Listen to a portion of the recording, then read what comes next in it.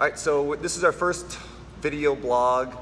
I've had a lot of questions from a lot of our athletes about starting this and answering some of the questions that we commonly get. So we did the survey. Coach Whitney here has the results of the survey that I'm going to try, and the two of us are going to try to answer this as best we can to help with some of those questions you guys have out there. And hopefully we'll just get better at this. This is going to be kind of corny, or it looks kind of corny to us, but we're going to do the best we can, and hopefully these will get better as we go along. All right, so Coach Whitney. Sound of freedom. Yeah. All right, so a lot of the questions that we got, big surprise, were about nutrition and where to go from eating for the workouts, plateauing, well, not really plateauing with nutrition, but how to transition to healthier eating. Okay. What to eat. So a lot of nutrition questions came out about this one from what I could see. And we want to keep it basic. Everybody thinks there's a magic pill about health and fitness, and it comes down to the basics first. It's just like running your first marathon. You have to run a mile first. It's eat less and move more. There's got to start with that. If it's proven 100% effective, no downsides, caloric deficit by eating less and moving more.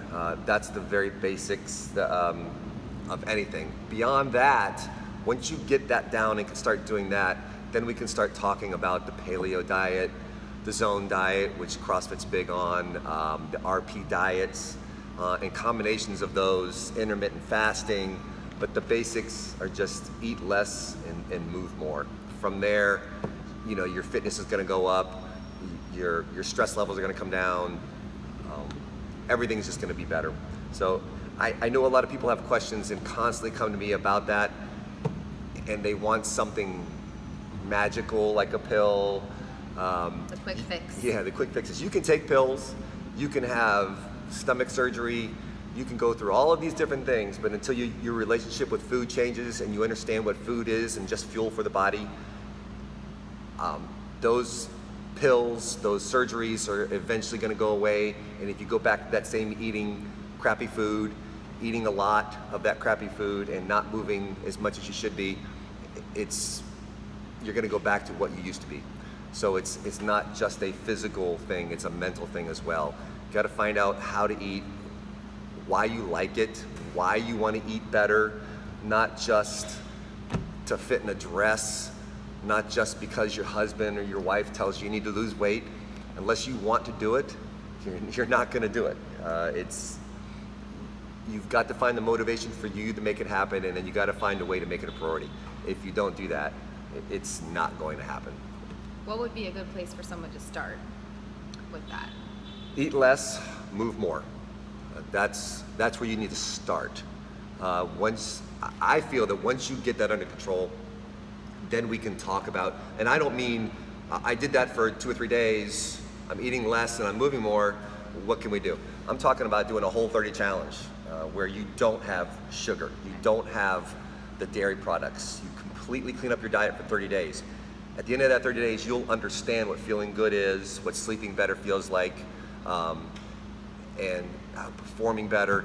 From there, once you have that down and can do that, then I think it's time to have the conversation about, all right, let's clean it up a little bit more. Let's talk about maybe more paleo style of eating, where it cuts back on the chemicals, cuts back on the processed foods.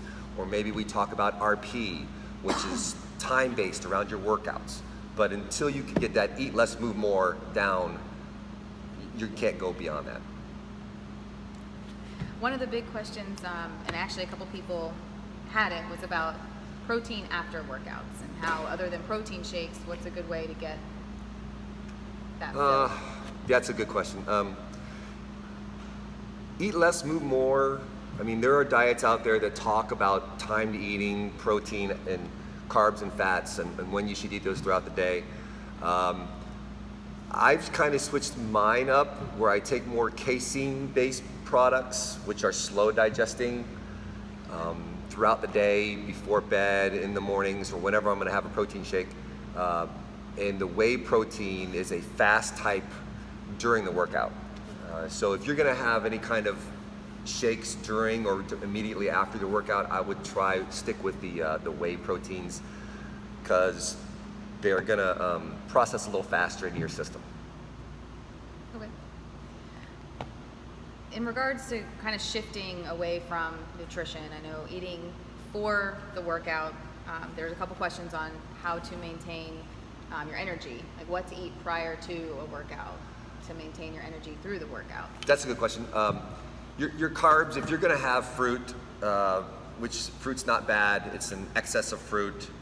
Again, eat less, move more, eating less fruit. But if you're gonna have fruit throughout the day, I would suggest that's the time you want to eat that fruit, because that's gonna be your natural energy, which are those carbs. So eat that within a couple hours of your workout. Again, nothing really big, because in CrossFit, you might see it again after the workout. A couple of us have done that. But yeah, before the workout might be when you have your fruit for the day, and that's for the day. Okay. What about pre and post care in workouts? Like coming into pre-workout, is there stretching, mobility, something they can do post-workout to make sure they're not so insanely sore? I know some people... Oh, for sorenesses, okay. Well, some people are afraid to come and try CrossFit because they're worried they won't be able to move the next day. Yeah, well, when you start CrossFit, you're gonna be sore the next day. Even after 10 years, you still wanna be sore, because the soreness is your body telling you you've done something out of the ordinary. And if you keep doing the ordinary, you're gonna keep having the ordinary. So, but before a workout, you wanna do some kind of dynamic stretching, where you're stretching the muscles, ligaments, and tendons through a range of motion. You're swinging them through, you're biking, leg swings. Most of the research shows that during or before workout, static stretching, where you hold a stretch, where you hold a stretch like this for 30 seconds, really not very beneficial for that workout.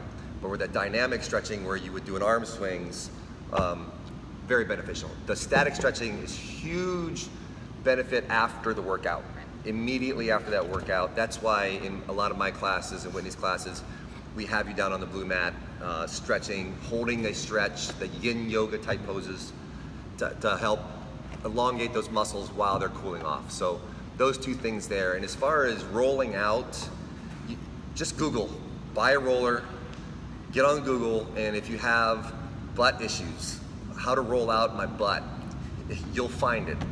Google's an awesome thing. That's where we find most of our stuff for you guys to make you suffer through. That's true. So what about the new CrossFitters coming in? They're starting out really great, they're seeing all of these gains, but then they hit this plateau where they're not really seeing much of anything. They're kind of looking at other people who are still excelling, and they're like, okay, I'm not moving forward. What can they do? What kind of athletes are we talking about? Are we talking about with the first 3-month athlete? Are we talking about the athletes from 3 months to a year to 3 years? Let's start with the types. Initial first.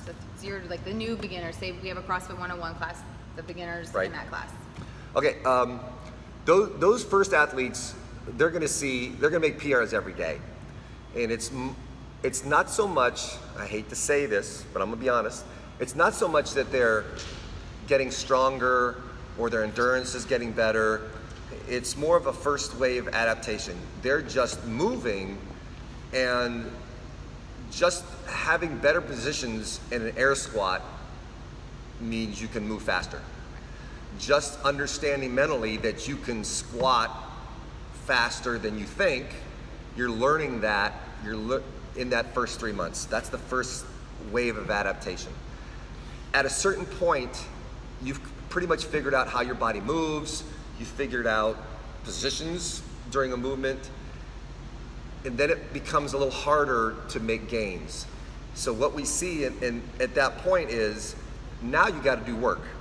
Before, just coming in and learning a squat makes you better at that squat, makes you faster at that squat, makes you better in a workout in that squat. But at a certain point, it becomes to a point where now you have to move extra reps, extra fast, before something and after something, and that's when the work capacity comes in, and that's where a lot of people don't want to put in that much work. They don't understand what work truly is to make gains. So at that point, for that athlete, it's just, all right, you need to learn that what you think is pain is not really pain, it's just discomfort. It's just a little lactic acid buildup. It doesn't mean you're going to die, your muscles are going to tear out of your skin. It just means that they're doing something they're not used to doing, and the speed and the intensity levels and the loads and all of those things now become the limiting factors, if you will, for making those gains. So that's the first 1 month to 3 month athlete. Just by coming in and learning what a squat is, you're getting better. Right. But then it's after that, it starts to take a little bit of work. It doesn't take a lot of work, it just takes a little bit of work, and you can still see those gains. I hope I answered that one. Maybe not. You did. Okay. Well, okay, so the beginners, we got that part, but what about someone who's been doing it for, say they're in the 6 to 9 month range, they saw these huge gains at the beginning, now they're plateauing, they're not increasing their weight, their cardio isn't the greatest, they're not putting up any PRs, any numbers. Okay, well, first I would look at it and I would take that person and go back and look. Are you truly not getting better, or are you just not making a PR every day? So you can go a week or 2 weeks without hitting a PR, but you're actually getting better. But I think the question that person might have been asking is, there's a lot of ways at a certain point that somebody's gonna plateau. Every athlete hits it, every athlete works through it, stresses over it, but several issues. The first one I'm gonna look at is either overtraining or undertraining. If you're overtraining, coming in 7 days a week, that can definitely stagnate your gains as well as set you up for injury. Right. If you're undertraining, then you're coming in once a week, you need to just step that up a little bit. Right. Going back on the big questions that you saw on the survey was diet. If you're not eating a proper diet, you're not fueling your body, your metcons are gonna hurt. And the metcon stands for metabolic conditioning, which means how your body is conditioned to metabolize the food that you're giving it. Metabolic conditioning, metcon. So if you're not providing that body with the right types of energy, the right type of metabolic energy to burn, your conditioning is going to suffer. Intensity level. Again, you may think that you're pushing hard enough, but maybe you're not. Maybe you think you're in pain at your heart rate being at 75%, when all that really is discomfort. Or it may be 85% of a heart rate in your zone. That's not really, you're not going to die from that. It's discomfort, yes, but you learn as you go along that that's all it is, and you can push a little bit harder. This mobility is huge in making gains. If you can't squat down below parallel, you're gonna have a hard time with a lot of movements. Overhead squat, back squat, front squat, air squats, wall ball shots, a lot of lunges. You may be plateauing because you're not putting the time, the half an hour in after classes to stretch and be able to be mobile enough that you can work through that range of motion without being an issue. So there's a lot of different things, sleep, stress, all of these things contribute to stagnation. And then there's always that time constraint that the longer you do something, the harder the gains come. It's like that 0 to 3 month athlete is like a kid in middle school learning how to play basketball. They start and 3 months later, huge gains, you can see it. But that college athlete, it might take them, or Usain Bolt, I think he said it took him 4 years to PR by 2 seconds in his runs. So you got to kind of understand where you're at in the timeline of your sport, whatever it is. So I hope that helped. Yes.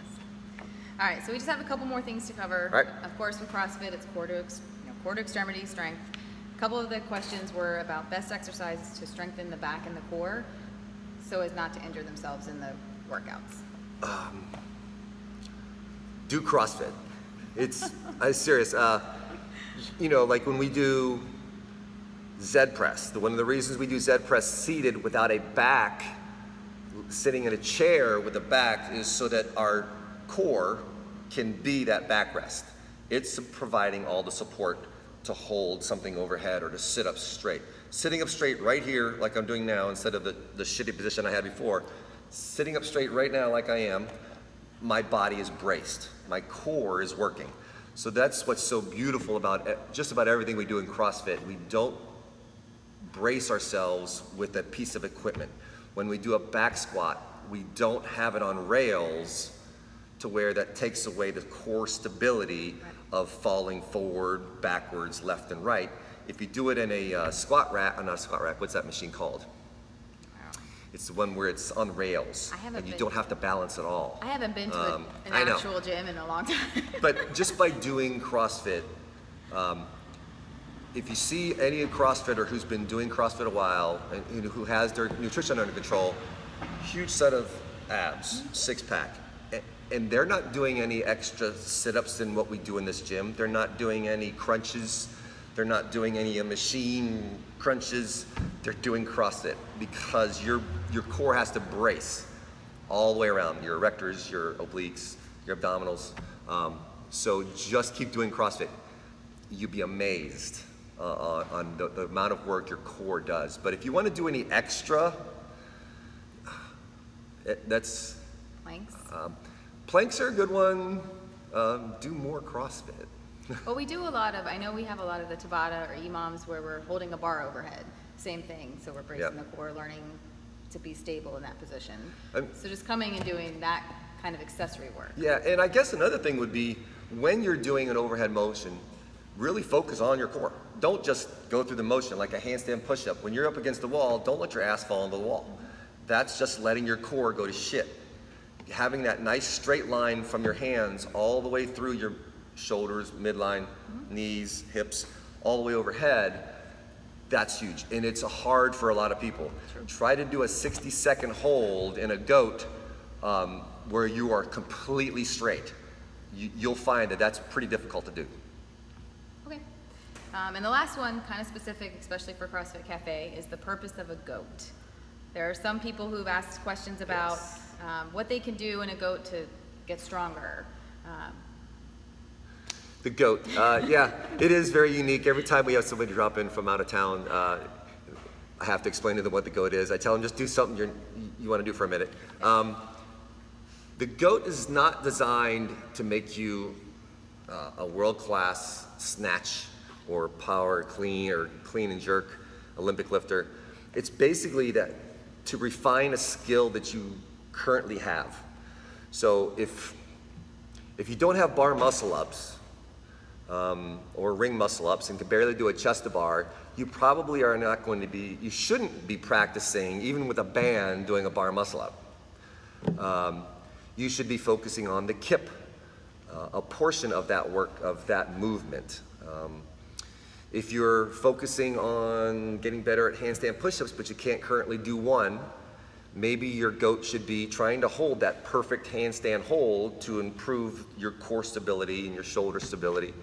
So it shouldn't be a movement you don't have. It should be a movement or a portion of that movement to make you better in that movement, if that makes sense. You're not going to get much better by snatching 5 times because you want to have a better snatch and you're going to work on that for a minute every day. If you want to be a better snatcher, you need to spend 20 to 30 minutes on the snatch and portions of that snatch to get better at that, not a minute every day for a month. So the goat is something you currently have that you're just trying to improve upon, or a portion of a movement. Nothing really crazy, stupid, just the basics, yeah. So something, a weakness that you have you want to improve on. Yes, okay. Not a movement you don't have that you want to have. Right. You need to back that off a little bit and find a basic part of that or an easier portion of that in the progression to focus on that, yeah. Okay, that's all we got. Okay, that's our first one. And we'll be putting out more surveys for you guys to let us know what you want to hear about. And hopefully that's more than just nutrition, okay? Because there's more to it than that.